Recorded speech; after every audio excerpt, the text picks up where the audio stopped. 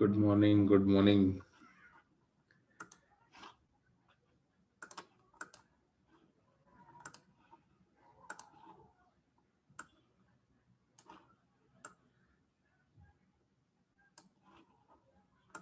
Very good morning बच्चों। हाँ Saanidhya, thank you Arjab. Good morning बेटा, नमस्ते नमस्ते। कैसे हैं सब? How is everyone?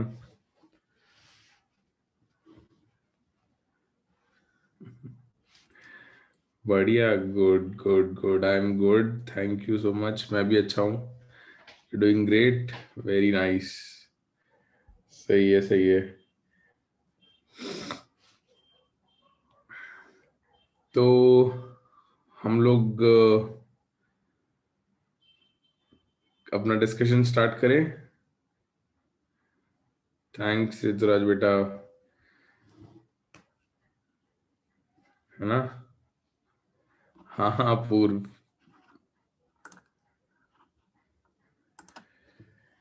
तो भाई हम लोग जो है केमिकल इक्विलिब्रियम पढ़ रहे थे, उसी को कंटिन्यू करें। याद है कहाँ पढ़ रहे थे अपन? कहाँ तक लिख लिया था अपन ने? है ना? तो अपन लोगों ने इफेक्ट ऑफ प्रेशर पढ़ना शुरू किया था। इफेक्ट ऑफ कॉन्सेंट्रेशन अपन लोग पढ़ चुके थे।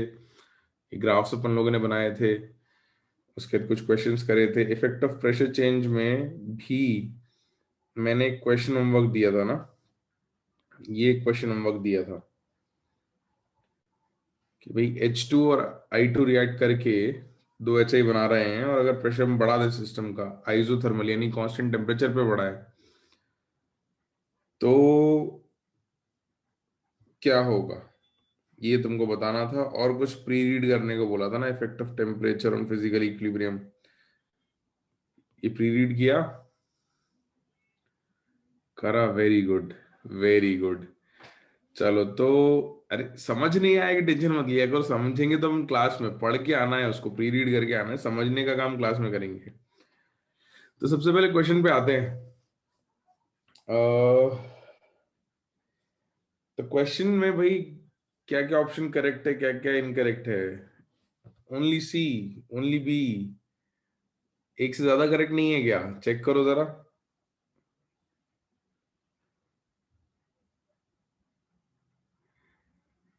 Burhanuddin is saying A and B, A and C. कुछ लोग कह रहे हैं A and B। काफी वेरिड आंसर्स हैं।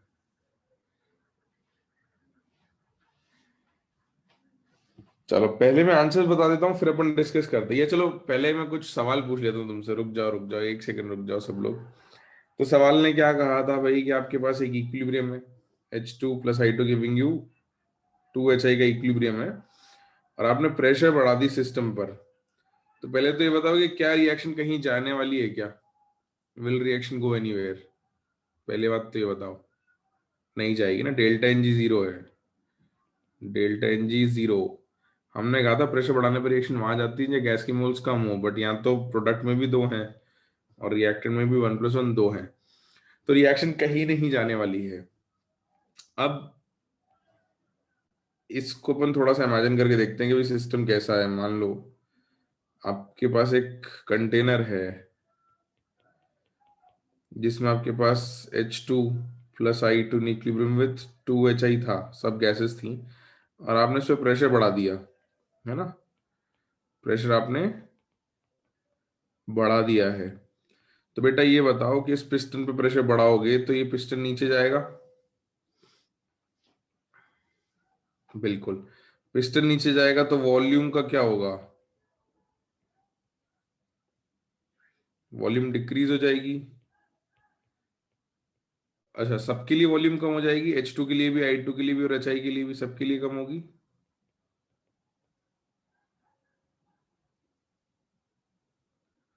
तो वॉल्यूम कम होगी तो कॉन्सेंट्रेशन का क्या होगा? इंक्रीज हो जाएगी। ये बात समझ में आती है सबको?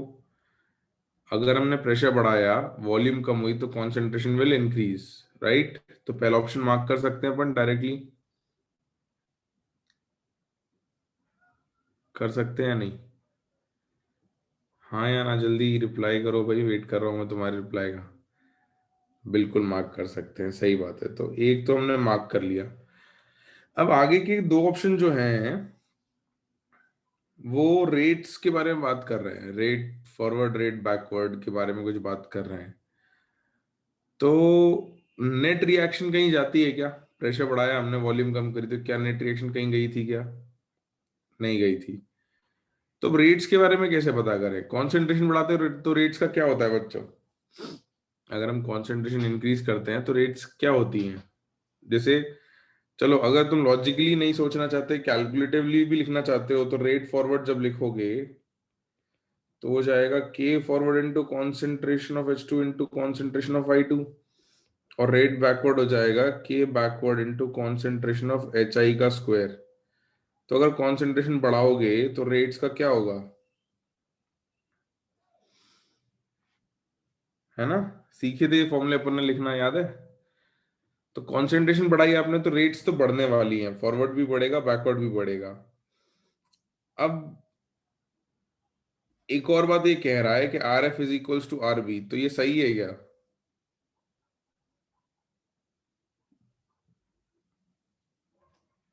बढ़ तो रही है but r F equal to are b है। इसको भी मैथमेटिकली देख सकते हो या लॉजिकली भी सोच सकते हो।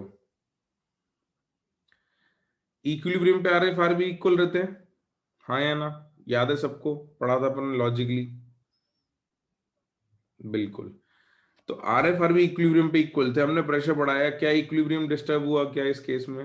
अगर डेल्टा एन जी जीरो था, प्रेशर बढ़ाने पे इक्विलिब्रियम डिस्टर्ब हुआ क्या? नहीं हुआ। यानी आर एफ और आर बी अभी भी क्या रहेंगे? इक्वल रहेंगे, सेम रहेंगे, है ना? बट दोनों की वैल्यू बढ़ जाएगी, ये बात समझ में आती है? कॉन्सेंट्रेशन बढ़ाया तुमने तो वैल्यू तो बढ़ेगी लेकिन दोनों सेम रहेंगे। तो इसका ऑप्शन सी भी करेक्ट है। Option C is also correct. और मैं तुमको इसका ग्राफ बना के बता देता हूँ कि अगर कभी इसका ग्राफ तुम बनाने का सोचो तो कैसा ग्राफ बनेगा, है ना? कि if you want to draw rate versus time graph for this question, तो कैसा ग्राफ बनेगा?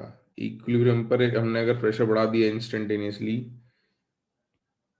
तो क्या होगा? You have rate versus time. और मान लो तुमने रिएक्टेंट से ही स्टार्ट किया था, तो starting with reactants rate forward ज्यादा थी, रेट बैकवर्ड जीरो थी। विथ टाइम रेट फॉरवर्ड कम होगी, रेट बैकवर्ड बढ़ेगी, बढ़ बढ़ के ये दोनों एक लेवल पे आके इक्वल हो जाएंगे। This is your rate forward, this is your rate backward, है ना? इक्विलिब्रियम आने पर, जिस टाइम पे इक्विलिब्रियम आ गया वहां पर ये दोनों रेट्स इक्वल हो गए। This is T equilibrium. और फिर हमने जिस पॉइंट पे प्रेशर बढ़ा दिया, इस पॉइंट पर immediately instantaneously pressure increased and volume decreased. Pressure बढ़ा दिया, वॉल्यूम कम कर दिया, कॉन्सेंट्रेशंस बढ़ गई। तो यहां पर भी हमारा R F equal to R B तो था, rate forward is equals to rate backward. इस पॉइंट पर आपका ग्राफ थोड़ा सा ऊपर शिफ्ट हो जाएगा। This will remain R F is equals to are B, दोनों रेट्स बराबर क्वांटिटी से बढ़ेंगे। मैथमेटिकली भी दिख जाएगा। मान लो वॉल्यूम हाफ हो गई तो कॉन्सेंट्रेशन क्या हो गई बेटा?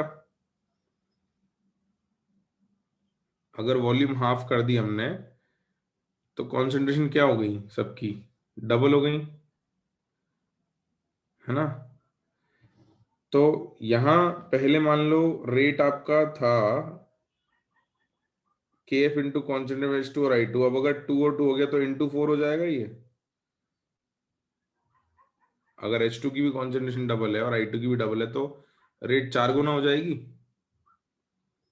हाँ या ना? Forward four times increase. देख लो भाई मैथमेटिकली,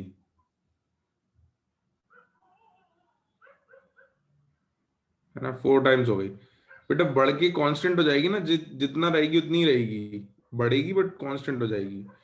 अच्छा, दूसरी तरफ एच आई को भी डबल करोगे और उसका स्क्वायर करोगे तो नेट में क्या आ जाएगा, इंटू 4 आएगा बाहर। तो मैथमेटिकली भी दिख रहा है हमको कि रेट बढ़ तो रही है, बट दोनों बार सेम फैक्टर से बढ़ रही है। ये भी 4 टाइम्स हो रही है और ये भी 4 टाइम्स हो रही है। राइट। तो बहुत तरीके से सोच सकते हो आप इसको, मैथमेटिकली सोच सकते हो, लॉजिकली सोच सकते हो, और ग्राफ बनाना हो तो आप इसको इस तरीके से बना सकते हो। ये ग्राफ ड्रॉ कर लो। मोल्स में चेंज नहीं आएगा कुछ बेटा, there is no change in moles, है ना, क्योंकि आपकी रिएक्शन ना तो फॉरवर्ड गई ना बैकवर्ड गई, तो मोल्स में कोई चेंज नहीं आया।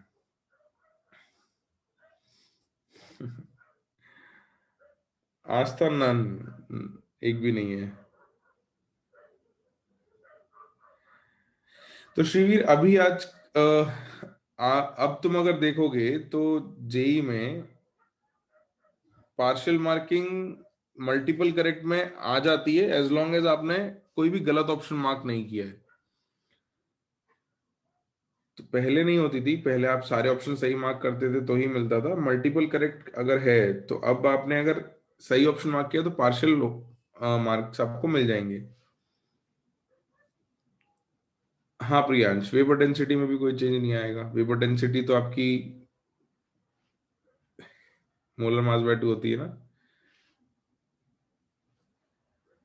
चलो एकांश, तो पढ़े आगे।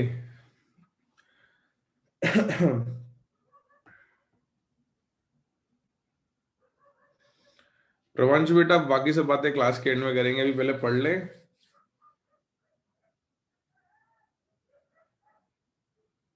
बेटा कंसंट्रेशन अपूर्व हाफ नहीं हुई है, डबल हो गई है ना। कंसंट्रेशन डबल कर दिया अपन ने, और अपने को दिख रहा है कि कंसंट्रेशन डबल करने पर रेट फॉरवर्ड भी 4 टाइम्स हो रही है और रेट बैकवर्ड भी 4 टाइम्स हो रही है। तो रेट्स इक्वल रहते हैं, इसलिए इक्विलिब्रियम कहीं शिफ्ट नहीं होता, है ना।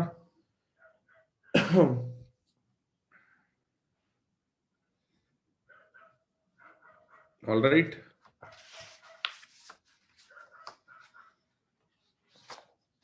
चलो, तो this was effect of pressure.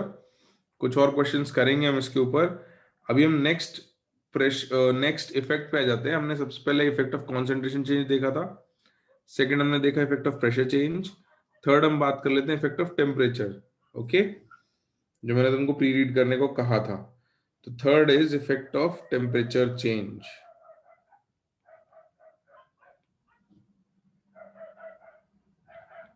Effect of temperature change. तो अगर हम टेम्परेचर बदलें तो इक्विलिब्रियम पे क्या इफेक्ट आता है, वो हमको देखना है।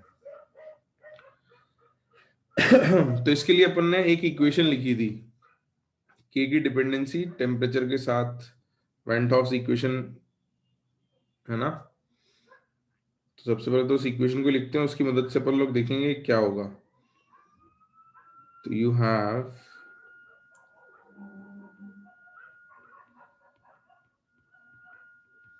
Van 't Hoff's equation, which is ln of Kp is equals to minus delta H upon RT plus C।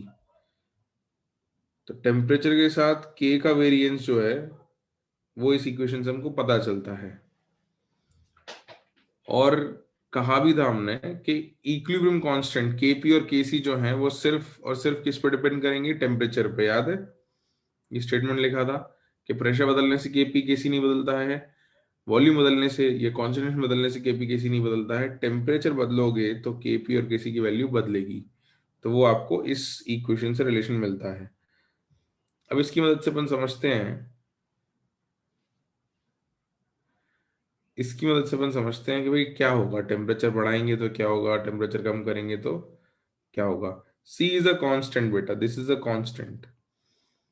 तो एक्चुअली इसकी जरूरत अपने को पड़ती नहीं है। इसका एक और फॉर्म आपको लिखवाया था ln K2/K1 वाला, कि भाई अगर दो अलग अलग टेम्परेचर्स हैं उसके लिए ना। बिल्कुल। तो अब अपन अलग अलग केसेस में देख लेते हैं कि भाई टेम्परेचर का इफेक्ट क्या होगा।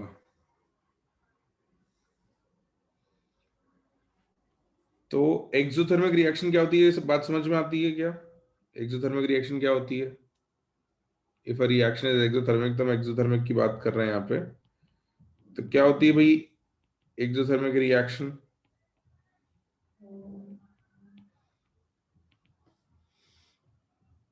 इन विच हीट इज रिलीज्ड, है ना? बिल्कुल। तो इसका डेल्टा एच का सिंबल जो आता है वो लेस देन जीरो आता है। अगर एक्सोथर्मिक रिएक्शन होती है तो delta H is less than zero. और इसके एक एग्जांपल लिखते हैं, उससे हम समझते हैं कि क्या होगा। If a reaction is exothermic, in bracket delta H is less than zero. Example, N2 gaseous plus 3H2 gaseous in equilibrium with 2NH3 gaseous। ये एक एक्सोथर्मिक रिएक्शन है, तो इसमें प्रोडक्ट, हीट को हम एज अ प्रोडक्ट भी लिख सकते हैं। तो इसका मतलब क्या होगा कि N2H2 से रिएक्ट करेगा, अमोनिया बनाएगा और हीट रिलीज कर देगा। This is how you right it. अगर ये Q यहाँ नहीं लिखते, अगर इसको हटा देते तो इसको ऐसे लिख देते, delta H is less than zero. Heat release को हम ऐसे लिख देते हैं, delta H less than zero. But हम डेल्टा एच के फॉर्म में इसलिए नहीं लिख रहे क्योंकि हमको रिएक्शन कहाँ जा रहा है उसको समझने में इससे बड़ी हेल्प मिल जाएगी कि अगर इस फॉर्म में हम लिख दें, हीट को एज अ प्रोडक्ट लिख दे, तो काफी आसानी से हम बता पाएंगे कि रिएक्शन कहाँ जाएगी, फॉरवर्ड या बैकवर्ड। तो यहां तक लिख लो।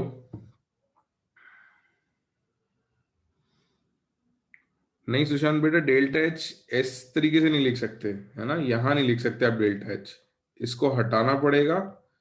और डेल्टा एच लिखना होगा तो साइड में लिखते हैं रिएक्शन के, delta H less than zero. वो डेल्टा एच को रिएक्शन का हिस्सा नहीं लिख सकते, है ना? अंजल बेटा, हीट क्या, क्यू क्या है देख, उसके नीचे कुछ लिखा हुआ है कि क्या है क्यू। और बड़ा लिख देता हूं मैं कि क्या है क्यू।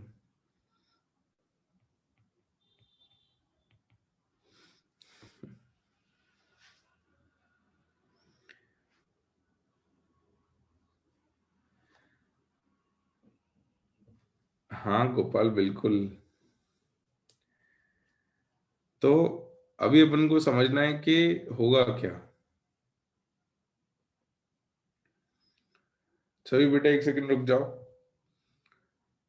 तो अपने को टेम्परेचर का इफेक्ट देखना है एक एक्सोथर्मिक रिएक्शन पे, वो रिएक्शन जो हीट रिलीज करती है ना? नहीं प्रियांश, हीट रिलीज कंटिन्यूस नहीं है। Q Q Q symbol is Q.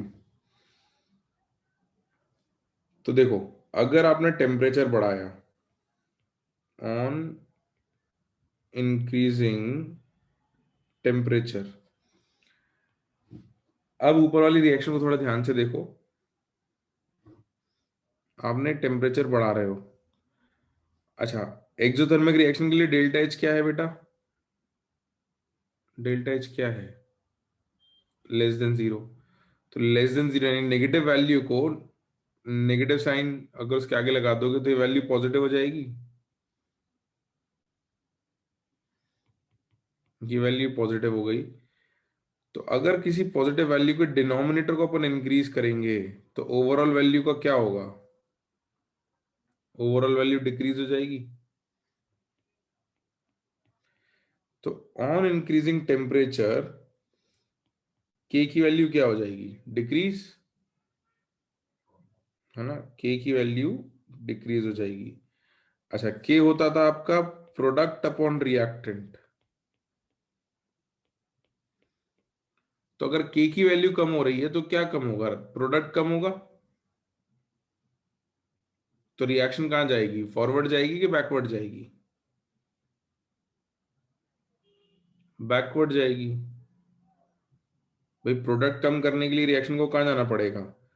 के कम करना है, प्रोडक्ट को कम करना है, तो रिएक्शन को कहाँ जाना पड़ेगा?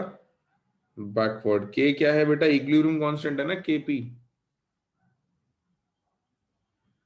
और इसी बात को हम एक और लॉजिक से समझेंगे, ठीक है? एक तो मैथमेटिकली समझा हमने, अभी इसको एक और लॉजिक से समझेंगे, सुनो। तो पहले स्टेटमेंट लिखते हैं, फिर एक और लॉजिक से समझेंगे कि ऑन इंक्रीजिंग टेम्परेचर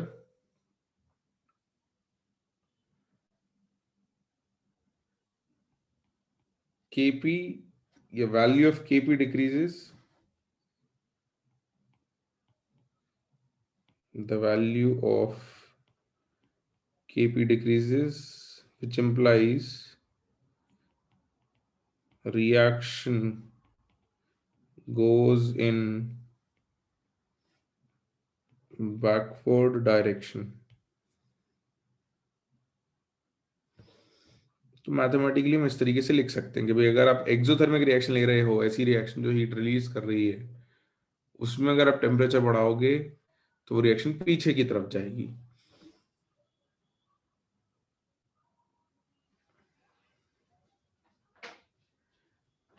लिखा? हम्म। तो इसको अगर अपन अब लॉजिकली या क्या कहते हैं, ली चैटलिस्ट प्रिंसिपल की मदद से करना चाहते हैं। छवि बेटा, ये सिर्फ क्वेश्चन कंप्लीट किया है हमने, देख, ठीक है?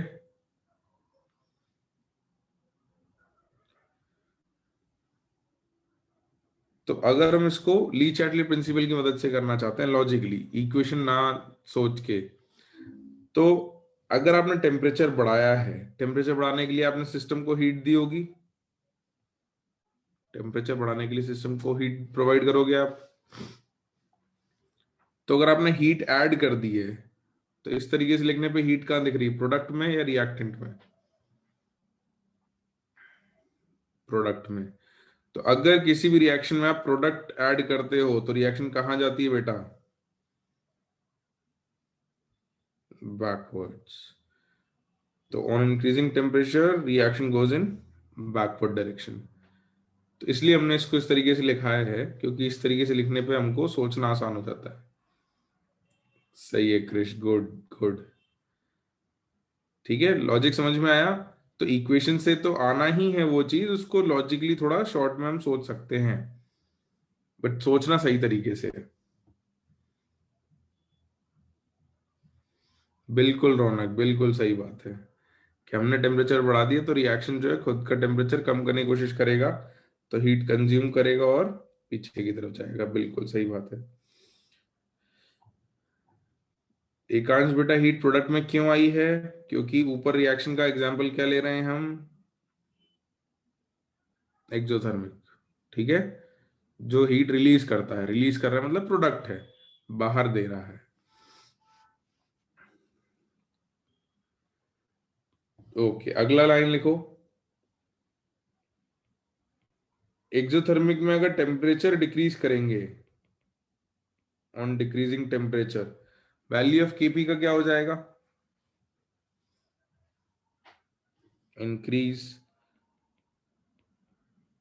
तो the value of KP increases, और रिएक्शन कहाँ जाएगी? अब अगर आपने यहाँ से हीट कम कर दी है ना, ठंडा कर दिया, मतलब इसको हटा रहे हो, प्रोडक्ट को बाहर निकाल रहे हो, तो अगर प्रोडक्ट कम करोगे तो रिएक्शन कहाँ जाएगी?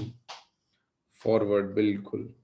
तो this implies that reaction goes in forward direction, goes in forward direction। तो इसको जल्दी से लिख लो।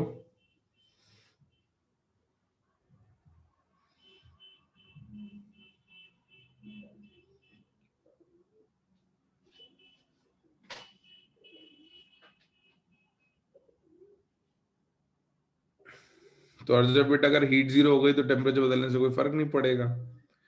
जब हीट जीरो है, वैसे तो होती नहीं है, बट अगर कभी हाइपोथेटिकली बोल दिया जाए कि रिएक्शन इधर एब्जॉर्ब्स और रिलीज, ना तो हीट एब्जॉर्ब करती है ना रिलीज करती है, तो टेम्परेचर बदलने से रिएक्शन को कोई फर्क नहीं पड़ेगा।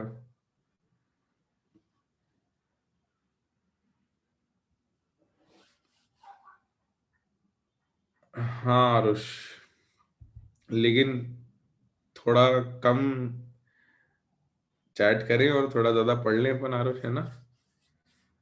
रिप्लाई करना है लेकिन ऐसे कंटिन्यूशन में नहीं करते रहना है। चलो, तो अब एक ग्राफ बनाना है अपने को। बिल्कुल बेटा, ये इक्वेशन थर्मोडायनेमिक्स में यूज आएगी, यूज करेंगे।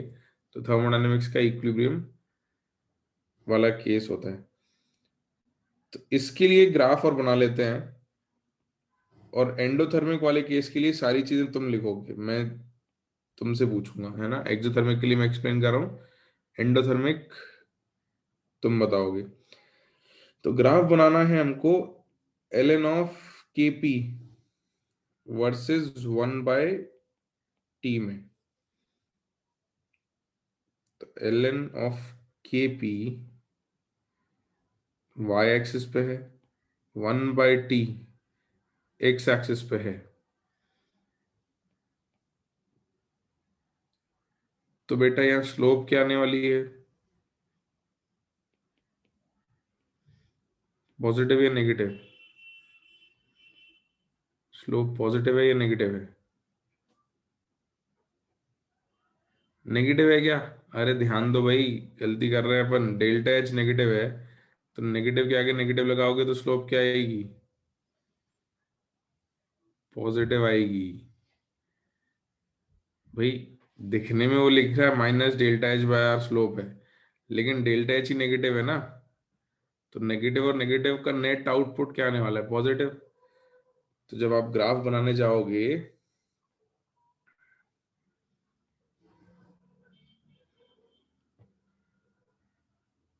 तो you have a graph like this, जिसका स्लोप जो है पॉजिटिव है। ये थीटा है, और tan theta is minus delta H by R. और उसके ब्रैकेट में हम लिख देते हैं कि since delta H is less than zero, therefore minus delta H is greater than zero. सही बात है। रौनक कैसी बातें कर रहा है? नेगेटिव के आगे नेगेटिव क्यों लगा रखा है? माइनस एक्स नहीं लिखते क्या? एक्स अगर नेगेटिव हो सकता है तो कोई चीज कोई इक्वेशन है जिसमें माइनस एक्स है, तो एक्स की वैल्यू पॉजिटिव और नेगेटिव दोनों हो सकती है ना। हम्म।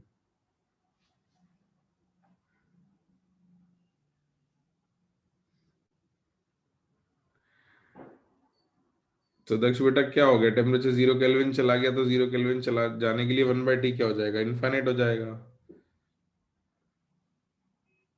तो केपी की वैल्यू इनफाइनाइट आ जाएगी। बट टेम्परेचर 0 केल्विन जाता नहीं ना।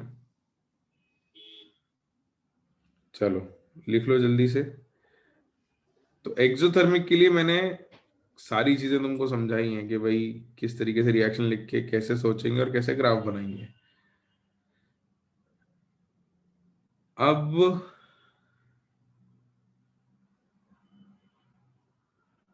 सी इज इंटरसेप्ट, बिल्कुल C is intercept, it is a constant value, है ना?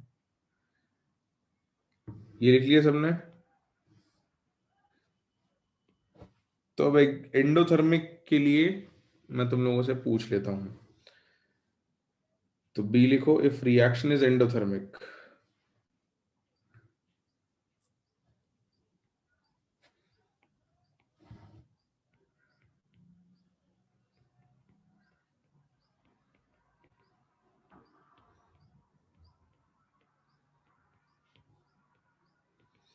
B, if reaction is endothermic. if reaction is endothermic in bracket delta H is greater than zero। सही है। Read किया था मतलब घर पे, जिन जिन लोगों ने रीड किया होगा उनको देखा होगा एनसीईआरटी में कि एंडोथर्मिक रिएक्शन में delta H greater than zero लिखते हैं। गुड। पढ़ा था आस्था, सुशांत। हाँ, सही है। मानव गुड। ऋतुराज गुड गुड, क्या बात है, बहुत सारे लोगों ने पढ़ा था। धैर्य, आरुष, का गुड बेटा, गुड। रौनक चलो, हाँ तो अब इसमें हीट जो है वो प्रोडक्ट में होगी कि रिएक्टेंट में होगी, पहले ये बताओ। हीट एब्जॉर्ब कर रहा है, कंज्यूम कर रहा है, तो हीट रिएक्टेंट में होगी। तो इसका एग्जांपल लिखते हैं अपन।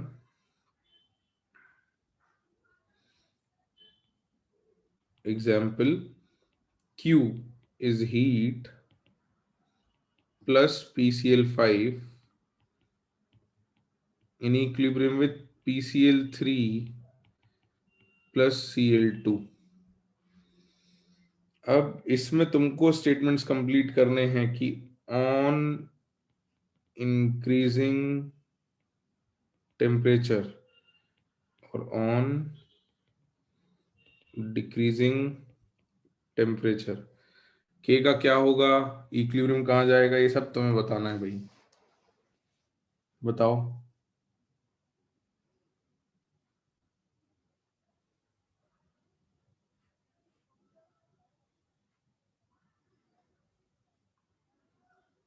तो पहला स्टेटमेंट लिखें, रिप्लाईज तो आ रहे हैं काफी लोगों के। तो ऑन इंक्रीजिंग टेम्परेचर के का क्या होगा, के डिक्रीजेस। तो द वैल्यू ऑफ के पी डिक्रीजेस, डिक्रीज होगा क्या, डिक्रीज तो पहले भी हो रहा था, तो डिक्रीज कैसे होगा। तुम तो ऊपर वाली वाली लाइन ही कॉपी कर रहे हो, एग्जैक्ट सेम टू सेम मतलब। उल्टा होगा ना बेटा, इंक्रीज होगा, the value of KP increases. तो देखो, ये भी दिख रहा है ना, टेम्परेचर बढ़ा रहे हैं तो हीट दे रहे हैं, अगर रिएक्टेंट ऐड करोगे तो रिएक्शन कहाँ जाएगी, कहाँ जाएगी, फॉरवर्ड जाएगी। तो the value of KP increases and reaction goes in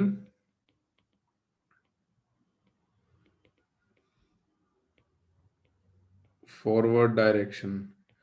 तो ऐसे ऊपर की लाइन एग्जैक्टली थोड़ी छापनी थी, केस रिवर्स हो गया तो इफेक्ट भी तो रिवर्स होगा ना। हाँ बिल्कुल सुशांत, तुम्हें ही बनाना रहेगा graph.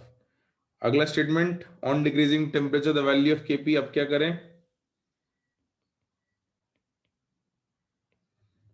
The value of KP decreases which implies reaction goes in, कहाँ जाएगी रिएक्शन, बैकवर्ड डायरेक्शन। तो reaction goes in backward direction. अब तुम ग्राफ बना दो ln of kp versus 1/t का। इस केस में स्लोप कैसा रहेगा,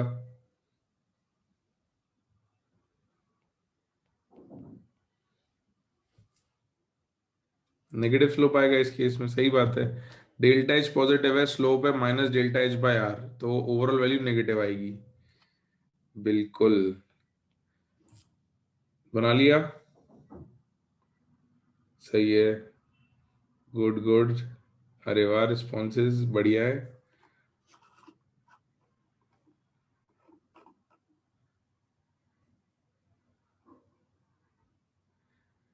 खुश बेटा, रुक जा, बताता हूँ मैं तेरे को कि तो जो तू कह रहा है उसमें कैसे सोचना है। तो भाई ये जो है डिक्रीजिंग ग्राफ आएगा, और या तो तुम क्लॉकवाइज मेजर कर लो थीटा को, या एंटी क्लॉकवाइज मेजर कर रहे हो तो फिर ऑब्ट्यूज हो जाएगा, 90 डिग्री से बड़ा आ जाएगा। तो दोनों में से किसी भी तरीके से मेजर कर सकते हो। तो tan theta is minus delta H by R, और सिंस डेल्टा एच यहाँ पे ग्रेटर देन जीरो है, इसलिए माइनस डेल्टा एच जो है वो लेस देन जीरो आएगा। तो आप दोनों तरीके से देख सकते हो कि थीटा मोर देन 90 आ रहा है, या थीटा उल्टा नापोगे तो, मतलब क्लॉकवाइज नापोगे तो नेगेटिव आएगा। ठीक है। यही बनाया था ग्राफ, सबने ऐसे ही बनाया था। Very good. तो कुछ देखो, एक सेकंड बच्चों रुक जाओ। कुछ ये कह रहा है कि सर अगर हमने प्रोडक्ट बढ़ा दिया तो रिएक्शन को पीछे जाना चाहिए। तो कुछ देखो, हमने कहा एक कॉज होता है और एक इफेक्ट होता है। तो तुम क्या कर रहे हो, कॉज के इफेक्ट का फिर से इफेक्ट निकाल रहे हो। जैसे कॉज है यहाँ पे टेम्परेचर बढ़ाना, उस टेम्परेचर का इफेक्ट ये है कि प्रोडक्ट बढ़ रहा है ना। अब तुम कह रहे हो कि सर प्रोडक्ट बढ़ गया तो फिर वापस पीछे जाना चाहिए, ये तो वैसी ही बात हो गई ना बेटा। देख सुन, कि तूने अगर Cl2 ऐड कर दिया तो रिएक्शन बैक पीछे गई, तो पीछे जाके वो इक्विलिब्रियम ही तो अचीव कर रही है। ऐसा थोड़ी होगा कि ये बढ़ गया तो वापस आगे आ जाएगी। बात समझ आ रही है ना। तो एक कॉज है और एक उसका इफेक्ट है। तो यहाँ कॉज है हीट ऐड करना, और उसका इफेक्ट है कि इक्विलिब्रियम अचीव करने के लिए इसको पीछे आगे जाना पड़ेगा। तो वो तो हमेशा ही होगा, कि जैसे जब हम कॉन्सेंट्रेशन की बात करते थे, हम मान लो Cl2 ऐड करते थे, तो ये कॉज होता था। इफेक्ट क्या होता था कि ये पीछे जाता था इक्विलिब्रियम अचीव करने के लिए। तो उस केस में भी तो PCl5 की कॉन्सेंट्रेशन बढ़ती थी ना, बट वापस थोड़ी इसको आगे लाते थे। मतलब वो तो इफेक्ट है। ठीक है।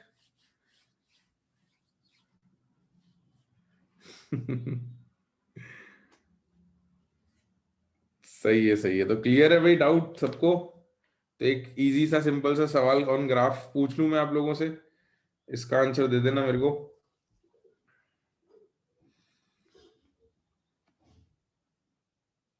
तो लिखो क्वेश्चन। अच्छा पूर्व, ओके ओके। लिखो क्वेश्चन, लिखो बेटा। Find the value of delta H in the following cases.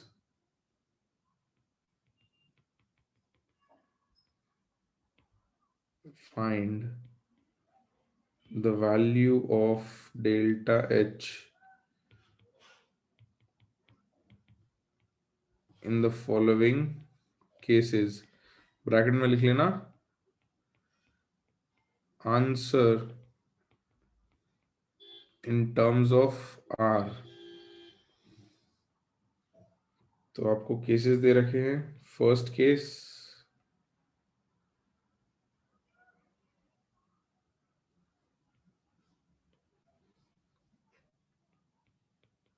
ln of Kp versus 1/t, और एक ग्राफ दे रखा है आपको, थीटा इक्वल टू 45 डिग्रीज। और सेकंड,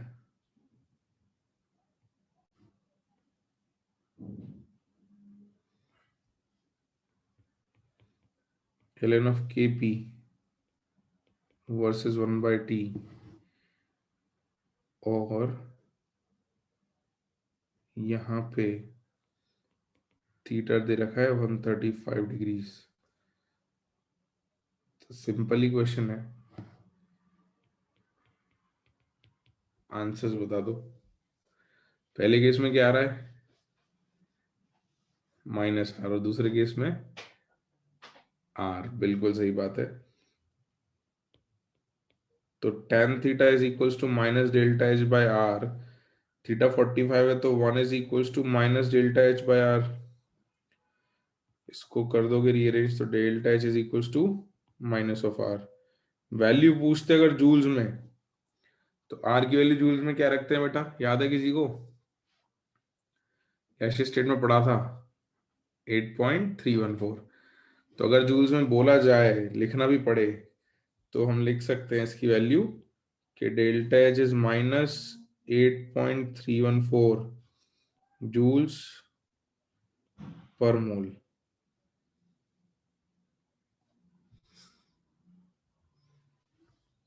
ये तो फर्स्ट पार्ट के लिए हो गया। सेकंड पार्ट के लिए अब तो हो ही जाएगा। मतलब tan 135 की वैल्यू कितनी आती है? हाँ सुशांत सही है।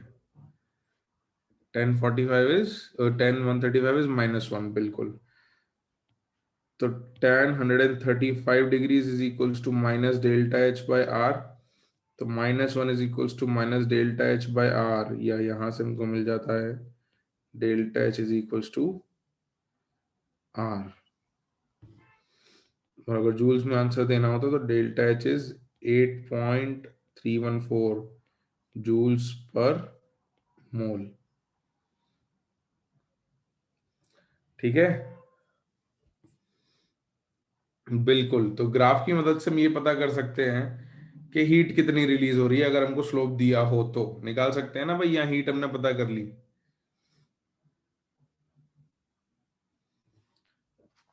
ठीक है, तो जनरली डिसोसिएशन रिएक्शंस में हीट एब्जॉर्ब होती है या रिलीज करनी पड़ती है?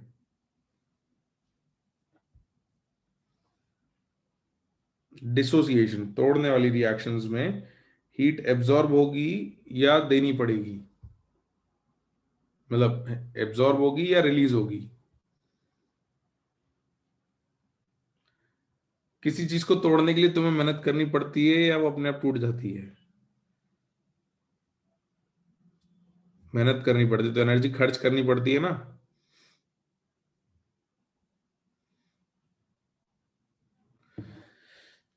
तो चलो मैं क्वेश्चन पहले कराता हूँ, उसके बाद स्टेटमेंट लिखाऊंगा। रुको रुको।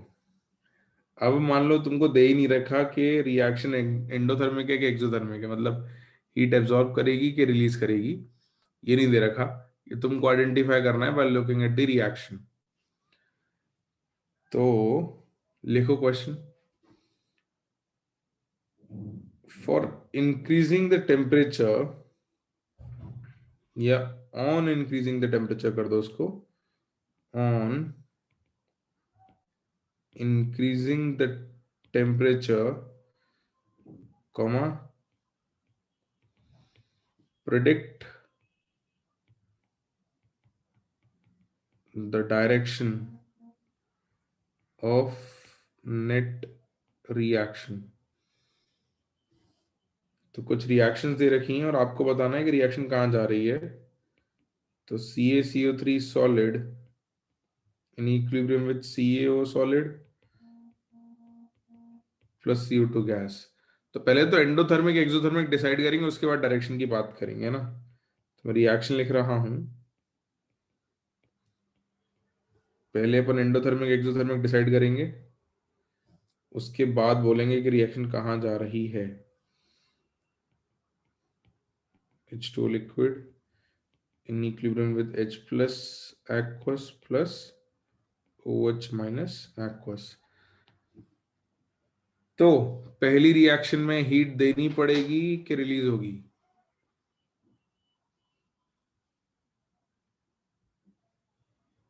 डिसोसिएशन है, एंडोथर्मिक है। जैसे अगर लिखना चाहो तो Q प्लस लिखना पड़ेगा। दिस इज एंडोथर्मिक,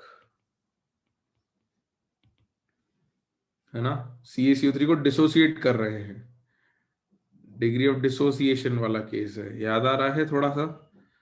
तो जब डिसोसिएशन होगा, चीजें तोड़ रहे होंगे, तो एनर्जी देनी पड़ेगी। ठीक है, सेकंड वाले में क्या होगा? चीजें क्या हो रही हैं, तोड़ रहे हैं क्या हम चीजें? नहीं, जुड़ रही है ना चीजें। तो एसोसिएशन का केस है। तो एसोसिएशन मतलब जब चीजें जुड़ती हैं, बॉन्ड बनते हैं, तो एनर्जी रिलीज होती है। तो यहां पर क्या होगा कि एनर्जी रिलीज होगी, तो इसको क्या कहेंगे हम? एक्सोथर्मिक। अच्छा, थर्ड केस में क्या हो रहा है? चीजें तोड़ रहे हैं कि जोड़ रहे हैं, तुम बताओ। तोड़ रहे हैं ना, या ब्रेकिंग थिंग्स। H2O को दो हिस्सों में तोड़ा जा रहा है, H प्लस और OH माइनस। तो तोड़ने के लिए एनर्जी देनी पड़ेगी, पानी अपने आप तो नहीं टूटता है, तो इसको भी एनर्जी देनी पड़ेगी। So this is again endothermic. तो भाई टेम्परेचर बढ़ाने पे कहाँ जाएगा?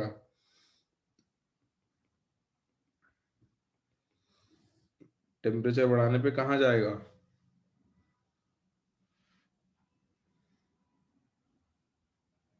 फॉरवर्ड, पहला वाला, है ना। दूसरा वाले में टेम्परेचर बढ़ाओगे तो कहाँ जाएगा? बैकवर्ड। और थर्ड वाला फिर से फॉरवर्ड। ऐसे ही मैं अभी PCl5 भी देख लो इसी लॉजिक से, सुनना जरा। नहीं नहीं बुरहानुद्दीन, अपन पढ़ेंगे थर्ड वाला इक्विलिब्रियम बना सकता है, ये अपन लोग आयनिक इक्विलिब्रियम पढ़ेंगे। This is something which will study in ionic equilibrium. अब थोड़ा सा ऊपर देखो, तो ये देखो, ये PCl5 भी डिसोसिएशन वाला केस था ना, PCl5 को तोड़ रहे थे हम दो चीजों में,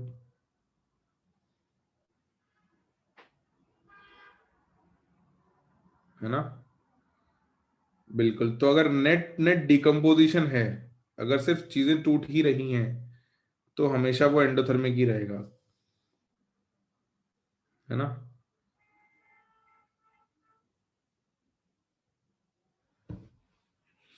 हाँ ध्रुव बेटा, ठीक है। तो कभी कभी अगर रिएक्शन ऑब्वियस हो कि एंडोथर्मिक ही है ऑब्वियसली या एक्सोथर्मिक ही ऑब्वियसली, तो वो हो सकता है आपको डिटेल ना दें क्वेश्चन में कि रिएक्शन एंडोथर्मिक है कि एक्सोथर्मिक, नॉर्मली देंगे क्योंकि काफी सारी रिएक्शंस हम देख के प्रेडिक्ट नहीं कर सकते कि एंडोथर्मिक है क्या एक्सोथर्मिक। बट अगर ऑब्वियस है तो वो आपसे डायरेक्ट भी पूछ सकते हैं कि इस रिएक्शन में टेम्परेचर बढ़ाने पर क्या होगा। लिखा सबने?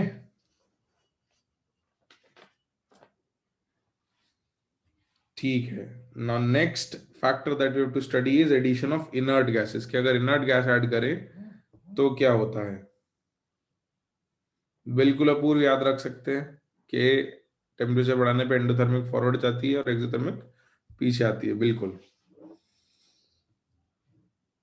तो फोर्थ केस, ये fourth effect is addition of inert gas. तो इतना आसान नहीं है अर्जव बेटा कि कुछ इफेक्ट नहीं होगा, इसमें अलग अलग केसेस होंगे, है ना। कि इनर्ट गैसेस में किस कंडीशन में बात हो रही है उसके हिसाब से इफेक्ट्स आएंगे। एनसीईआरटी में पढ़ा था ये, किस किसने पढ़ा एनसीईआरटी में भाई? रौनक कह रहा है, क्या बात है, इतने सारे लोगों ने पढ़ा था ये, गुड।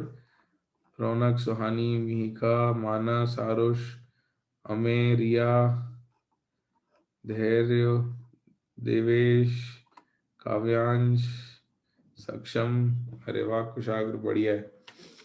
एकांश, ऋतुराज, नंदन, नंदन क्या कह रहा है? हाँ यार नंदन, अभी देखना पड़ेगा तू क्या कह रहा है। पढ़ा था आन्या, तनिष, बढ़िया बढ़िया बढ़िया, वेरी गुड बच्चों, गुड। तो भाई आपने ये थोड़ा सा पढ़ा होगा, इसको अपन डिटेल में थोड़ा डिस्कस करते हैं क्योंकि इसके बहुत सारे केसेस होंगे। कांस्टेंट वॉल्यूम में होगा तो क्या होगा, है ना। कांस्टेंट प्रेशर पे होगा तो क्या होगा। फिर कांस्टेंट वॉल्यूम और कांस्टेंट प्रेशर में भी डेल्टा एन जी, यानी डेल्टा एन जी याद है ना, अपन ने पढ़ा था क्या होता था। हाँ स्वप्निल, मुझे भी पता है कि काफी सारे लोग जो है वो सिर्फ हाँ बोल देते हैं, बट अभी जब अपन पढ़ते हैं तो लोगों के रिस्पॉन्सेज से पता चल जाता है कि किस किसने पढ़ा है। हाँ एनसीईआरटी में थोड़ा सा दिया हुआ है, तो अपने को थोड़ा डिटेल में पढ़ेंगे अपन, चिंता मत करो, पढ़ते हैं इसको, फिर इसका इफेक्ट ऑफ कैटलिस्ट भी पढ़ेंगे अपन। तो लिखो fourth. Okay Ansh, addition of inert gas,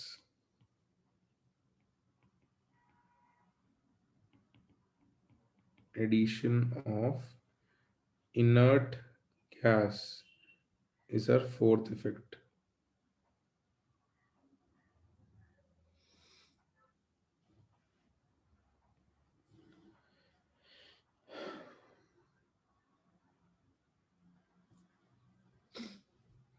तो देखो बच्चों, कैसे करेंगे इसको।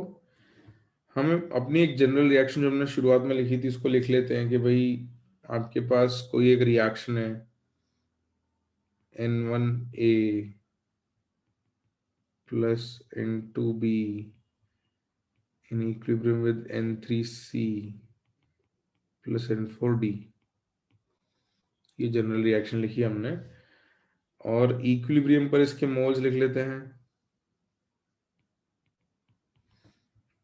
A B C और D, ये मोल्स हो गए हमारे। तो किसी का भी पार्शियल प्रेशर लिखोगे, जैसे पार्शियल प्रेशर ऑफ ए लिखोगे, तो वो moles of A into RT by V होता था, याद है। ये पार्शियल प्रेशर ऑफ बी लिखते हैं तो moles of B into R T by V and so on ऐसे लिखते थे अपन। और हमने रिलेशन में निकाली थी कि भाई K P is equals to K N into R T by V की पावर डेल्टा एन जी, है ना। ये रिलेशन डिराइव करी थी अपन लोगों ने शुरुआत में लेक्चर के सेकंड या थर्ड लेक्चर में की थी। तो यहां हम देखते हैं कि केपी तो कांस्टेंट रहता है, टेम्परेचर कांस्टेंट है, तो केपी बदलना नहीं है। तो के एन पर क्या इफेक्ट आता है बाय एडिंग इनर्ट गैस। तो इसको अगर हम लिखें तो will get KP is equals to moles of C to the power n3 moles of D to the power n4 upon moles of A to the power n1 moles of B to the power n2 whole multiplied by RT by V to the power delta N G. ये अपने पास relation आया, जिसमें Kp जो है that is a constant for constant temperature. जब तक temperature नहीं बदलेंगे तब तक Kp नहीं बदलेगा, इतना अपने को पता है। This is something that we know. यहां तक लिखो। अब इससे आगे सोचना कैसे ये मैं तुम्हें बताता हूं।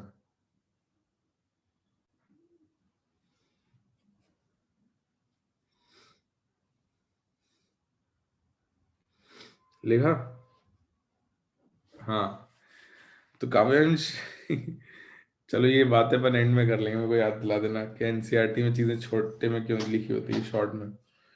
तो अब देखो इसकी मदद से अपन क्या बता सकते हैं, सुनना।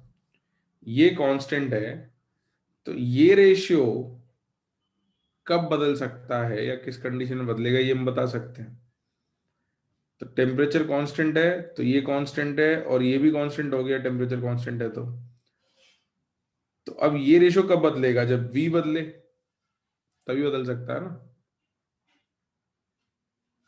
ये बात समझ आती है कि if anything changes your volume तो इसको चेंज होना पड़ेगा because the product is always constant. तो अब इसमें अलग अलग कंडीशन बन जाती हैं कि अगर मान लो रिएक्शन ही ऐसी ले ली जाए डेल्टा एन जी जीरो हो जाए, तो डेल्टा एन जी जीरो होने पर वॉल्यूम कुछ भी बदलें, कुछ भी कर दें वॉल्यूम का, इसमें कोई फर्क पड़ेगा क्या? नहीं पड़ेगा। तो पहला केस तो हमारा ये हो गया कि अगर डेल्टा एन जी जीरो आ रहा रिएक्शन का, तो उस केस में वॉल्यूम बदलो कितनी भी कोई फर्क नहीं पड़ता, वॉल्यूम बदलने से कोई फर्क नहीं पड़ता, तो ये रेशियो भी क्या हो जाएगा,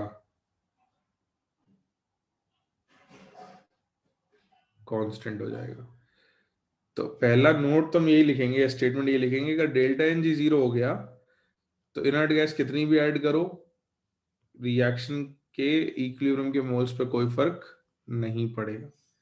ये पहला सिंपल सा केस है कि डेल्टा एन जी जीरो, तो टेंशन लेने की जरूरत ही नहीं है, कुछ सोचना नहीं है, direct no effect at equilibrium लिख देंगे। पहली बात समझ में आई। अभी इसको अपन अलग अलग बार समझेंगे अलग अलग केसेस में, है ना। बुरहानुद्दीन बेटा एबीसीडी मोल फ्रैक्शन नहीं है, के एन लिखा है अपन ने, के एक्स लिखते तो मोल फ्रैक्शन आता, ठीक है। अगर के एक्स लिखते तो मोल फ्रैक्शन आता। तो पहला स्टेटमेंट जो आप नीचे लिखोगे इसके, वो ये लिखोगे कि if delta N G is equal to zero, if delta ng is equals to 0, then there is no effect, then there is no effect of adding inert gas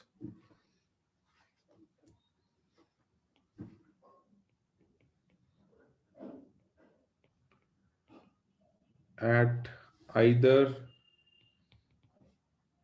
constant pressure or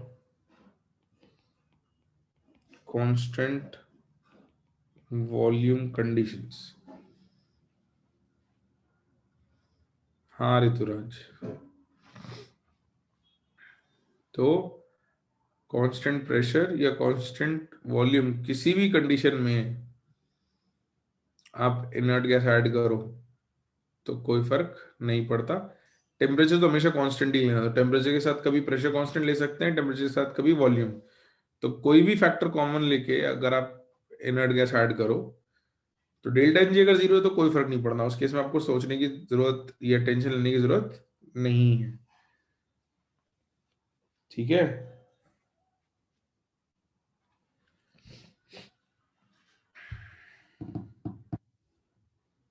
तो अब अगर delta N G zero नहीं हुआ तो क्या होगा?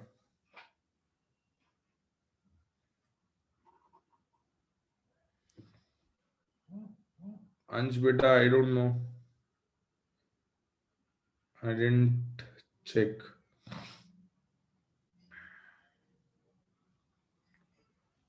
हाँ सामने तो बेटा डेल्टा एन जी जीरो में कोई फर्क नहीं पड़ेगा। अब अगर डेल्टा एन जी जीरो नहीं हुआ है ना, इसको अपन एक कैटेगरी की तरह लिखेंगे कि if delta N G is not equal to zero, है ना। इसमें अपने को अलग अलग केसेस लिखने पड़ेंगे, इसको अच्छे से लिखते हैं। If delta N G is not equal to zero तो क्या होगा? तो उसमें पहला केस लेंगे, एडिंग इनर्ट गैस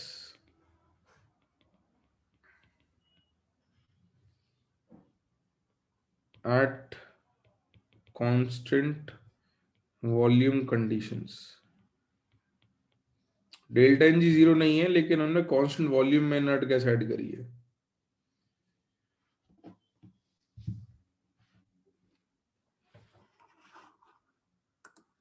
है ना। तो अगर कांस्टेंट,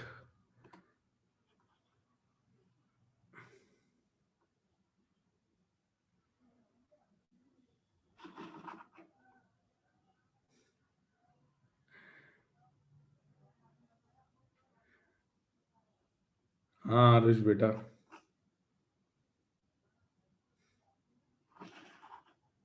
हाँ भाई लिख लिया क्लास।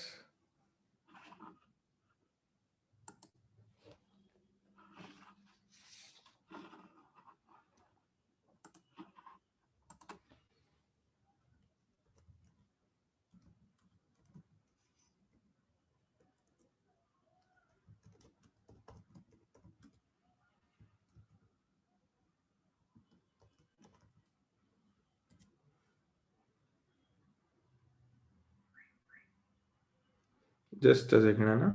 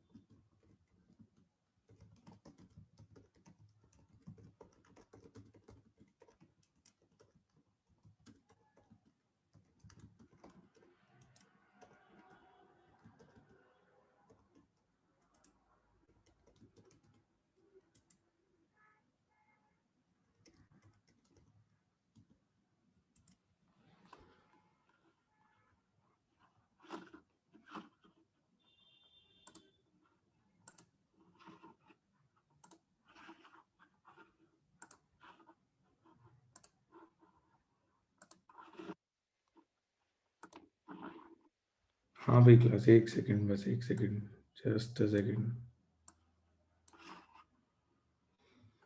हाँ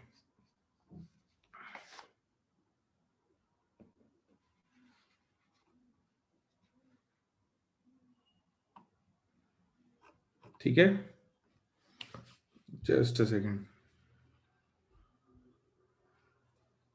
हाँ तो हम ये कह रहे थे कि इनर्ट गैस अगर कांस्टेंट वॉल्यूम कंडीशन में ऐड करें तो क्या हो गया, है ना? नहीं नहीं हर्षित, अब तो वीडियो चालू होगा, है ना? ओके, तो हम ये बात कर रहे थे कि कांस्टेंट वॉल्यूम कंडीशन में अगर अगर कांस्टेंट वॉल्यूम कंडीशन में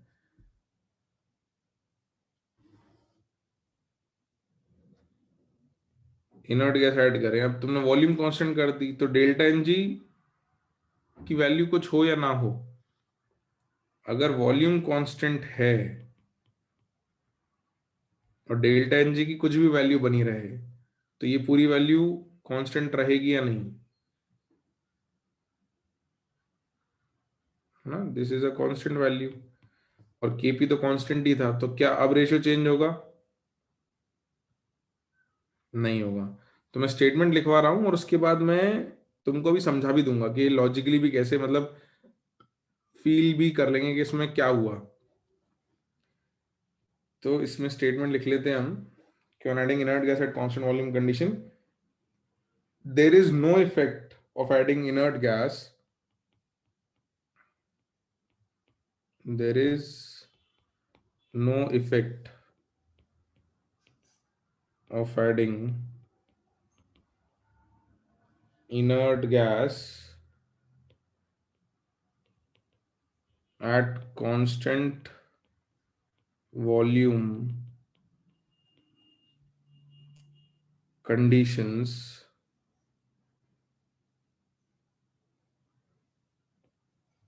on equilibrium। तो इक्विलिब्रियम पर कोई इफेक्ट नहीं होगा अगर आप कांस्टेंट वॉल्यूम कंडीशन में इनर्ट गैस ऐड करते हो तो।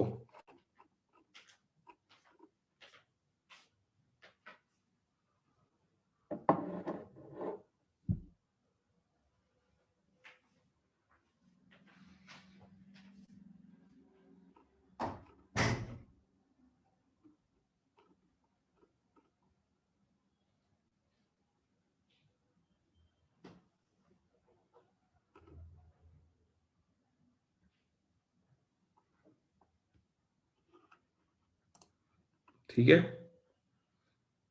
बिल्कुल। अरे रे, वीडियो फ्रीज नहीं हुआ है यार, मैं वेट कर रहा था तुम्हारे लिखने का। देखो, इसको समझ भी लेते हैं एक एग्जांपल से। ये देखो, तुम्हारा एक कंटेनर है, इसकी वॉल्यूम फिक्स कर दी, और इसमें एक रिएक्शन लेते हैं जहाँ डेल्टा एन जी जीरो नहीं है, जैसे वही ले लेते हैं PCl5 in equilibrium with PCl3 plus Cl2, ये इक्विलिब्रियम पर है ना? अब मान लो तुमने इसमें कंटेनर की वॉल्यूम उतनी है और तुमने हीलियम ऐड करी, तो हीलियम अलग से ऐड करने पे सेम वॉल्यूम सेम टेम्परेचर पे क्या PCl5 की कॉन्सेंट्रेशन बदली क्या?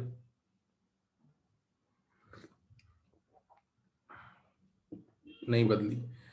तो PCl5 की कॉन्सेंट्रेशन उतनी है, PCl3 की उतनी है, PCl2 की उतनी है, तो क्या हमने कभी इक्विलिब्रियम डिस्टर्ब किया? कांस्टेंट वॉल्यूम में अगर उस कंटेनर में हमने साइड में हीलियम डाल भी दी, तो इस हीलियम ने इक्विलिब्रियम को तो कुछ किया ही नहीं ना। तो वही हम कह रहे हैं कि अगर कांस्टेंट वॉल्यूम की बात हो जाए, है ना, तो अर्जे बेटा वॉल्यूम ऑफ लिक्विड कहाँ से आएगा इसमें? ये तो सब गैसेस है ना, दीज आर ऑल गैसेस। तो सब गैसेस के लिए वॉल्यूम तो उतनी है। तो कांस्टेंट वॉल्यूम कंडीशन में इनर्ट गैस ऐड करने से इसलिए कोई फर्क नहीं पड़ता, क्योंकि इट्स लाइक कि आपका रिएक्शन चल रहा है, इनर्ट गैस बस साइड में, उससे कोई फर्क नहीं आ रहा है। ये बात क्लियर है?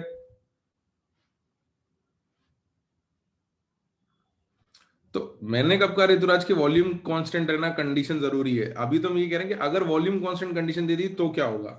जब प्रेशर कांस्टेंट होगा तो देखेंगे, इसलिए तो हम अलग अलग केस लिख रहे हैं। केस ए लिखा है ना अपन ने, adding inert gas at constant volume.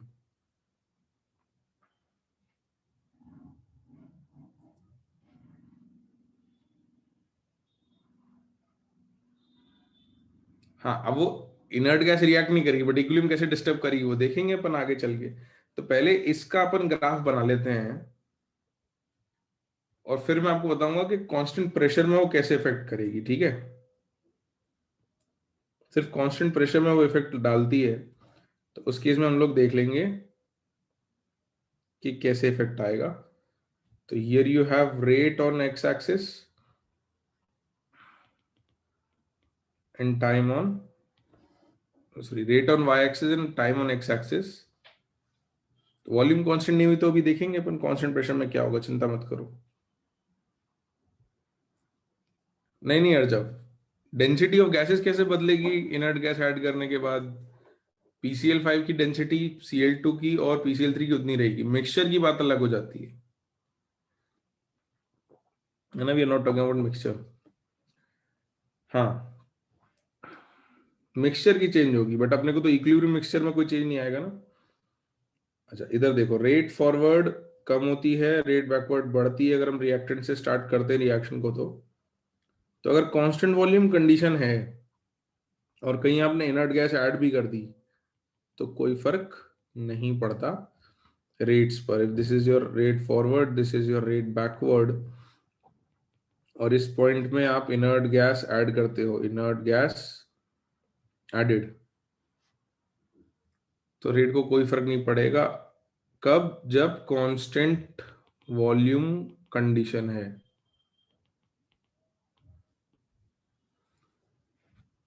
तो डेल्टा एनजी में तो कभी फर्क नहीं पड़ने वाला, चाहे कांस्टेंट वॉल्यूम हो चाहे कांस्टेंट प्रेशर हो। डेल्टा एनजी जीरो नहीं है तो कांस्टेंट वॉल्यूम कंडीशन पे भी कोई फर्क नहीं पड़ेगा। तो सिर्फ एक कंडीशन में फर्क पड़ने वाला है, जब डेल्टा एनजी नॉन जीरो है और कांस्टेंट प्रेशर कंडीशन है ना।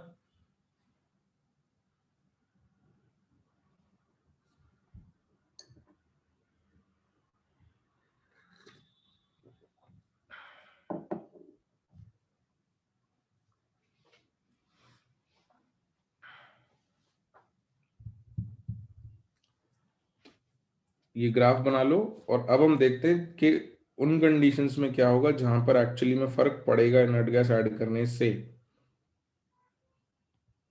Eight constant pressure conditions, eight constant pressure conditions क्या होगा।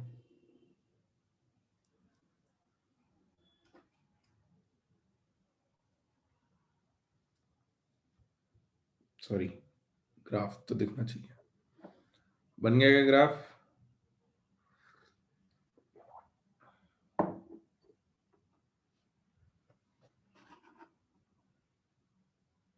ठीक है, ओके। रेड कलर से नहीं यूज करूं तो मैं और लाइट कलर यूज कर लूंगा।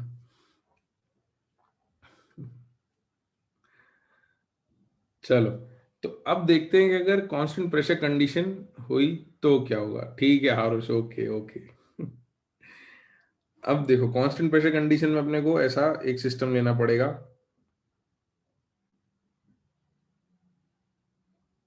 और उसमें अपन ने एक मूवेबल पिस्टन लगा दिया।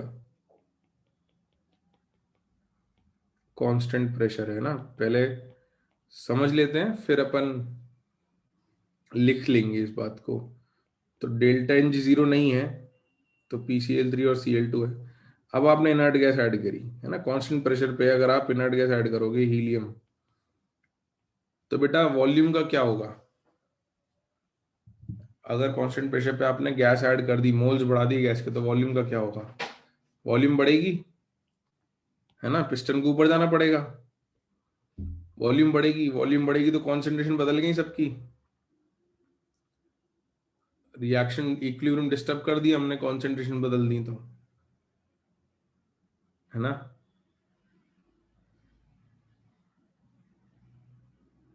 बिल्कुल। तो क्या हो गया छवि बेटा? मैं पैनलिस्ट को बोलूं तो सही, लेकिन क्या हो गया? ओके।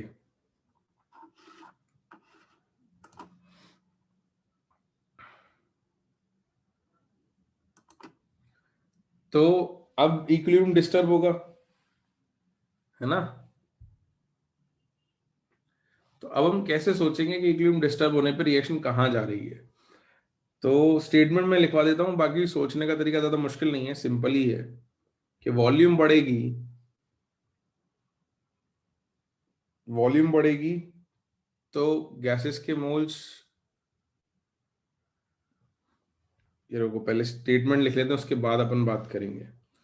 तो at constant pressure conditions delta N G की दो वैल्यू हो सकती है, तो ग्रेटर देन जीरो या less than zero.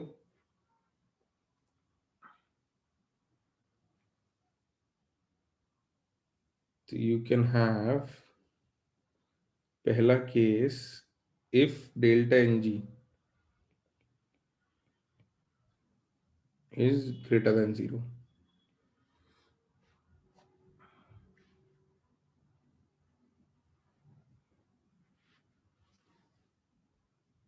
colon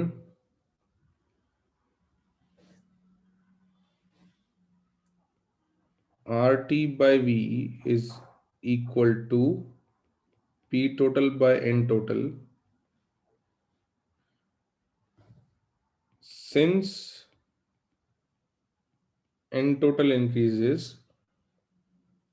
therefore P total by N total decreases. लेकिन हालांकि इतनी सारी बातें तुमको हर बार सोचनी नहीं पड़ेंगी, हम एक सिंपल सा लॉजिक लिख लेंगे एंड में, बट एक बार मैथमेटिकली लिख लेते हैं। Therefore Q is less than K, which implies reaction goes in forward direction.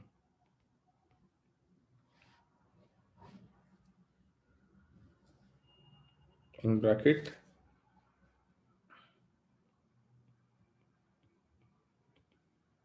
on adding inert gas, reaction goes in that direction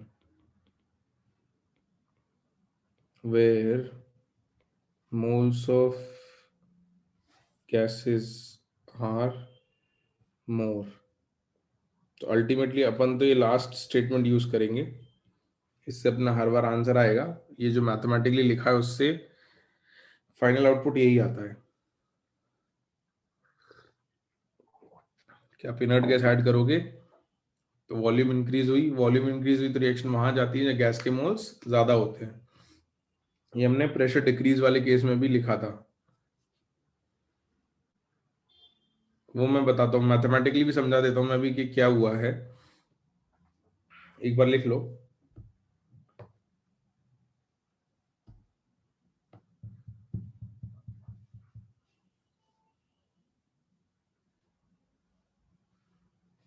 है ना, और इसको स्पेशली मार्क करके रख लेना, ये अपन डायरेक्ट रिजल्ट यूज करेंगे टाइम बचाने के लिए, ये चीज अपन यूज करेंगे।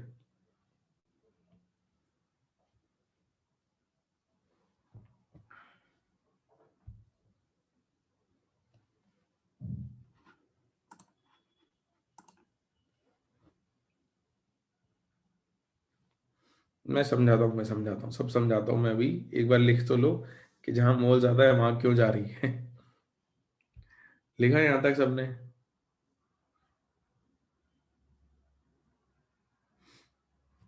ठीक है, तो पहले तो ये Q लेस देन K क्यों आया, इसमें बहुत सारी मैथमेटिक्स समझानी पड़ेगी मुझे तुमको।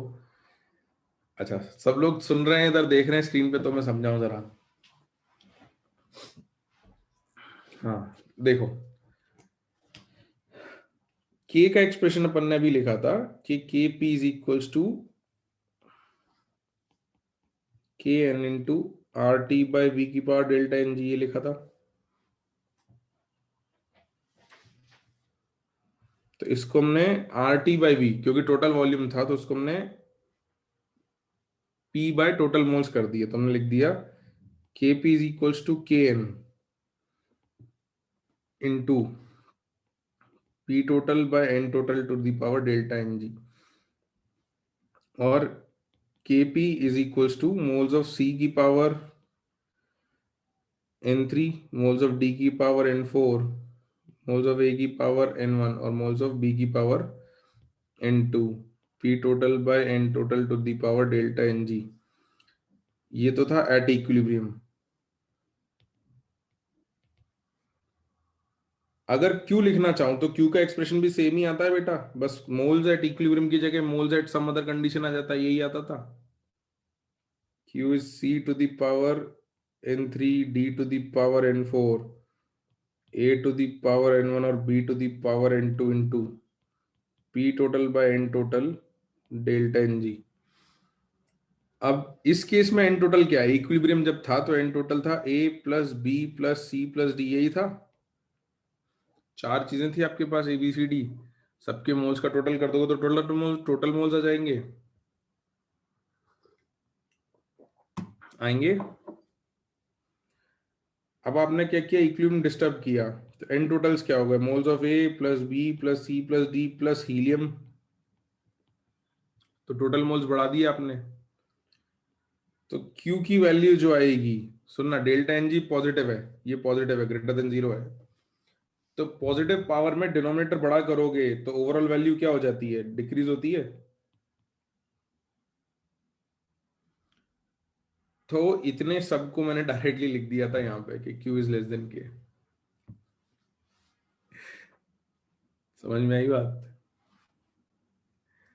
कि आप अगर इतना इसको मैथमेटिकली लिखो कि भाई Kp का एक्सप्रेशन ये है, ये इक्विलिब्रियम के मोल्स हैं, और आपने एक्स्ट्रा मोल्स ऐड कर दिए तो ये डिस्टर्ब्ड इक्विलिब्रियम के मोल्स हैं, तो अब Qp जो है पहले Kp के बराबर था जब इक्विलिब्रियम था, अब वो क्या हो गया, लेस देन, तो वो हमने डायरेक्ट लिख दिया Q लेस देन के। तो इतना सोच सकते हैं और इससे बता सकते हैं कि रिएक्शन फॉरवर्ड जाएगी, या एक सिंपल स्टेटमेंट हमने इस सब को बार बार टेस्ट करके देख लिया, उससे हमने बता दिया कि इनर्ट गैस जब भी ऐड करते हैं तो रिएक्शन वहां जाती है जहां गैस के मोल्स ज्यादा हैं। बिल्कुल वैसे ही जहां वो अपन ने केस पढ़ा था, याद है, प्रेशर वाला, इफेक्ट ऑफ प्रेशर में पढ़ा था कि प्रेशर कम करते हैं तो रिएक्शन वहां जाती है जहाँ गैस के मोल ज्यादा है, वॉल्यूम बढ़ती है तो रिएक्शन वहां जाती है जहाँ गैस के मोल ज्यादा है, यही कहा था ना वॉल्यूम बढ़ने पे। तो बस वही अपन ने यहाँ लिख दिया direct, increasing on adding inert gas reaction goes in that direction where moles of gases are more। ये लिखना तो नहीं है किसी को, इसको रब कर दूं, या ये लिखना है तुम्हें? लिख लिया ठीक है, देख लो, मर्जी है ना, ठीक है। तो अब इससे अगले केस में तो तुम खुद ही बता दोगे कि रिएक्शन कहाँ जाने वाली है। अगर delta N G less than zero हुआ, ये केस था delta N G greater than zero का,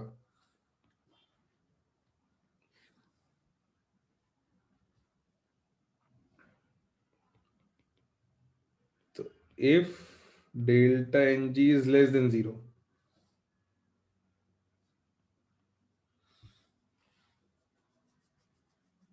तो यहां डायरेक्ट लिख देते हैं Q is greater than K, reaction कहाँ जाएगी वो डायरेक्ट बताना है अपने को, तो Q वगैरह कंपेयर ज्यादा नहीं करना पड़ेगा, जाएगी वहीं जहां पर गैस के मोल ज्यादा हैं, ये अपन ने जनरल कंडीशन लिखी है। कांस्टेंट प्रेशर पे इनर्ट गैस ऐड करोगे तो वहीं जाएगी जहां गैस के मोल ज्यादा हैं, तो delta N G less than zero है, यानी इस टाइप की कंडीशन है आपकी कि आपके पास PCl3 plus Cl2 in equilibrium with PCl5 है, तो अब कहाँ जाएगी, ये बैकवर्ड जाएगी। तो डेल्टा एन जी कुछ भी हो, रिएक्शन जाती वही है जहां गैस के मोल ज्यादा होते हैं, ग्रेटर देन जीरो या लेस देन जीरो, कोई भी कंडीशन हो, रिएक्शन वहां जाएगी इनर्ट गैस ऐड करने पे जहां गैस के मोल्स ज्यादा है। एक single statement for both conditions, ठीक है, ये सिंगल स्टेटमेंट दोनों कंडीशन के लिए, ग्रेटर देन जीरो और लेस देन जीरो के लिए। तो reaction goes in backward direction,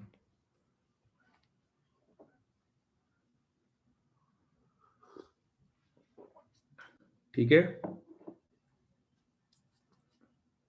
तो अपन प्रेडिक्ट भी कर लेते हैं, कुछ क्वेश्चंस लिख लेते हैं जल्दी से।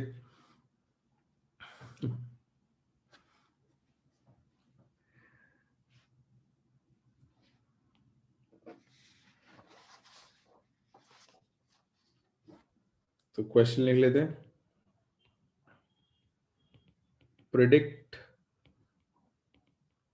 The direction of shifting of equilibrium, time कितना, एक क्वेश्चन का टाइम तो है अपने पास। Predict the direction of shifting of equilibrium on addition of inert gas at constant pressure and temperature conditions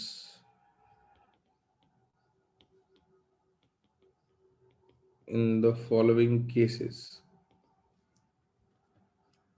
तो तुमको कुछ केसेस दे रखे हैं, तुम्हें बताना है कि रिएक्शन कहाँ जाएगी इनर्ट गैस ऐड करने पर। तो PCl5 in equilibrium with PCl3 plus Cl2, all are gases। B,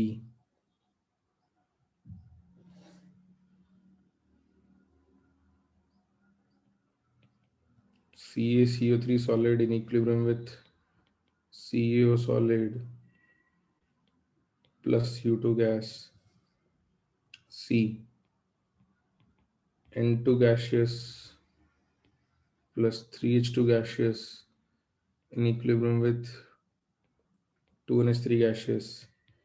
और D, H2 gaseous plus I2 gaseous in equilibrium with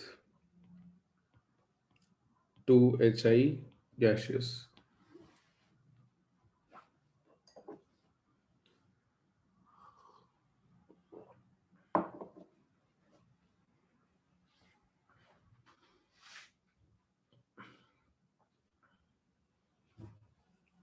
रचित बेटा, अभी ये क्वेश्चन डिस्कस कर ले, इसके बाद याद दिला देना, मैं बता दूंगा, है ना। तो अल्टीमेटली सिंगल स्टेटमेंट है बेटा, कांस्टेंट प्रेशर और कांस्टेंट टेम्परेचर कंडीशन में रिएक्शन वहां जाती है इनर्ट गैस ऐड करने पे जहाँ गैस के मोल ज्यादा है। तो पहले में कहाँ जाएगी, फॉरवर्ड, है ना, सिंगल स्टेटमेंट से सारा काम हो रहा है अपना।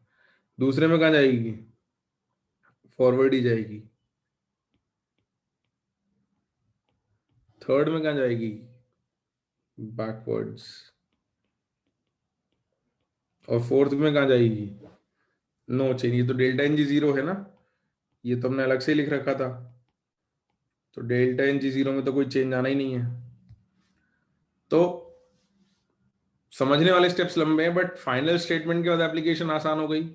इनर्ट गैस ऐड करने पे कहाँ जाएगा ये बताना आसान है ना। अरे ऋतुराज क्या करेगा देख के, किस सेटअप बाद में दिखा दूंगा किसी ने। अभी तो ये बता कि ये समझ में आया कि नहीं आया, ये इंपॉर्टेंट चीज है। मतलब काम की बात छोड़ के सारी बातें करा लो लोगों से। आया समझ। तो अब तुम बिगनर्स बॉक्सेस में इनर्ट गैस एडिशन वाले क्वेश्चन तक कर सकते हो, ठीक है, वहां तक कर सकते हो। आस्था यार, आई सी, मतलब ये मैं चेक नहीं करता वेबिनार और मीटिंग वाले सेटिंग्स, तो लाल लाल आस्क, ओके।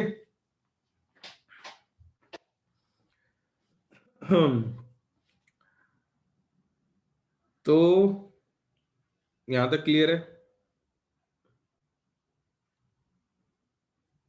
ठीक है।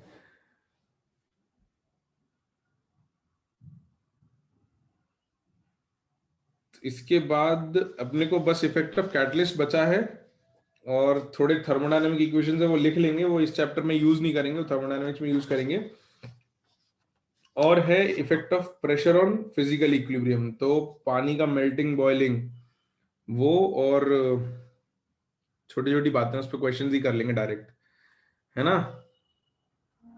तो NPC3 की सॉफ्ट कॉपी दे दो दी बेटा, ग्रुप में है बेटा, NPC3 की सॉफ्ट कॉपी तो दे दी है, ठीक है। तो थ्योरी आज के लेक्चर के लिए इतनी रख लेते हैं, और जो तुम्हारे साइड के क्वेश्चन है उनका रिप्लाई मैं कर देता हूँ। तो भाई जो लोग इंटरेस्टेड थे, ये बेसिकली मॉडल्स हैं, just to make you imagine a few things. This is cyclohexane structures 3D में इमेजिन करने के लिए, है ना। This is methane and a few more structures like this, ethane, ठीक है। तो अब वो तुम्हारी क्लास से रिलेटेड नहीं है, बट तुमको इतना इंटरेस्ट रहता है इधर उधर की चीजों में कि पढ़ाई छोड़ के सर सारी बातें कर लेंगे, है ना। लो फर्स्ट स्लाइड किसको देखनी थी भाई, जल्दी से देख लो। This was our first slide for today, ये क्वेश्चन में डिस्कस किया था, है ना। और क्या क्या, अरे इतने डाउट्स, इतनी बातें, अरे इतने सब पढ़े कैसे। ग्रीन कलर वाला क्या? अरे वो भी सी एच, मतलब CCl4 कह सकते हैं उसको, टेट्राहेड्रल स्ट्रक्चर है ये, ठीक है। चलो इतनी सारी बातें इतनी जल्दी जल्दी लिख के भेज रहे हो, मैं समझ ही नहीं पा रहा हूँ क्या क्या लिख के भेज रहे हैं लोग, इतना फास्ट टाइप कर रहे हैं। हाँ, इसके बाद आयनिक इक्विलिब्रियम पढ़ेंगे अपन लोग, केमिकल इक्विलिब्रियम के बाद, है ना। बिल्कुल, ये बॉल एंड स्टिक मॉडल्स कहलाते हैं, बिल्कुल। तो ये मैंने अभी इस साल ही मंगवाए थे, लॉकडाउन के बाद, कि कुछ चीजें समझाने में काम आएंगे, तो कभी यूज करेंगे जरूरत पड़ी तो, है ना। तो we are almost done with our chapter, एक लेक्चर प्रोबेबली और लगेगा अपने को, depending on how many questions we do. तो प्रोबेबली नेक्स्ट लेक्चर या 1.5 लेक्चर में खत्म हो जाएगा चैप्टर, ठीक है। All right. एक्सरसाइज में क्वेश्चंस में को मार्क करने पड़ेंगे यार, क्योंकि वो मिक्स्ड रहते हैं एक्सरसाइज में ना। तो कंपैरेटिवली छोटा लगा केमिकल इक्विलिब्रियम। हाँ हो सकता है। क्या कह रहा है कुशाग्र?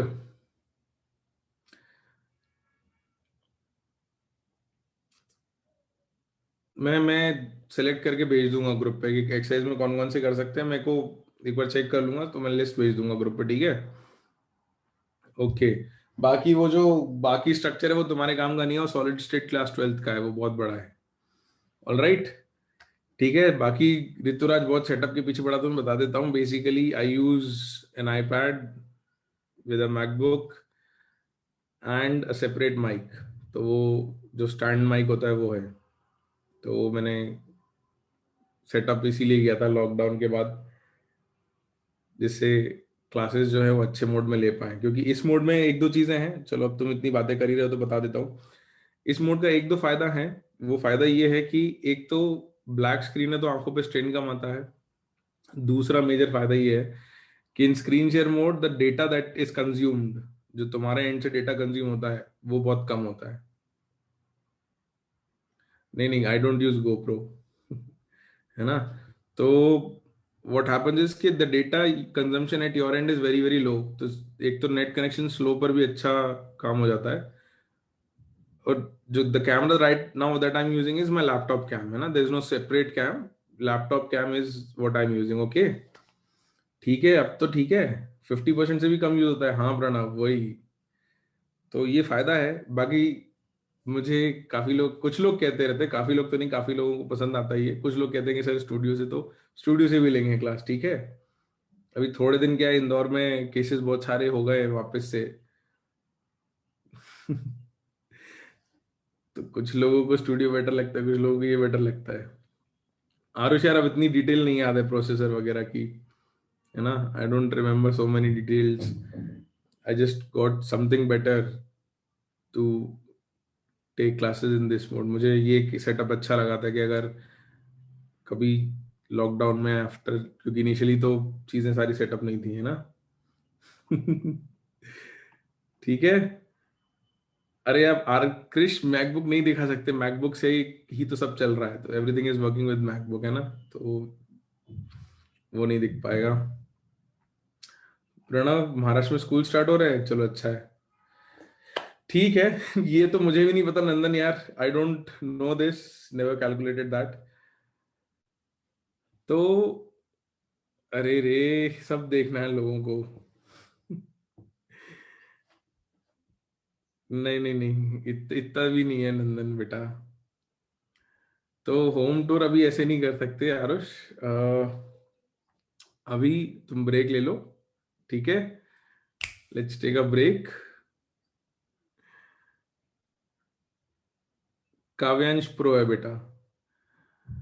तो तुम्हें मतलब केमिस्ट्री की बातें छोड़ के सारी बातें करा लो ना, कितना इंटरेस्ट है कि सर कहाँ बैठे हैं, कैसे बैठे हैं, माइक क्या है, तुम्हें तुम्हारे जो काम की चीजें ना वो सब तुमको मिल जाएंगी देखने को ना। कभी मैं तुमको पढ़ाऊंगा इनऑर्गेनिक वगैरह तो इनको भी यूज कर लेंगे, चिंता मत करो बस।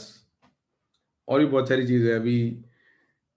नहीं, आई डोंट प्ले गेम्स, तो I don't use anything for gaming.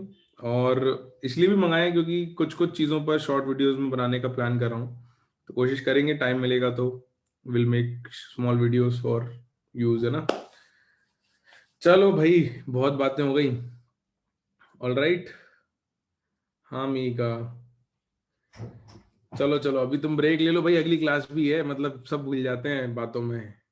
ठीक है, ब्रेक ले लो, तुम्हें अगला लेक्चर भी पढ़ना है अभी। ओके, चलो।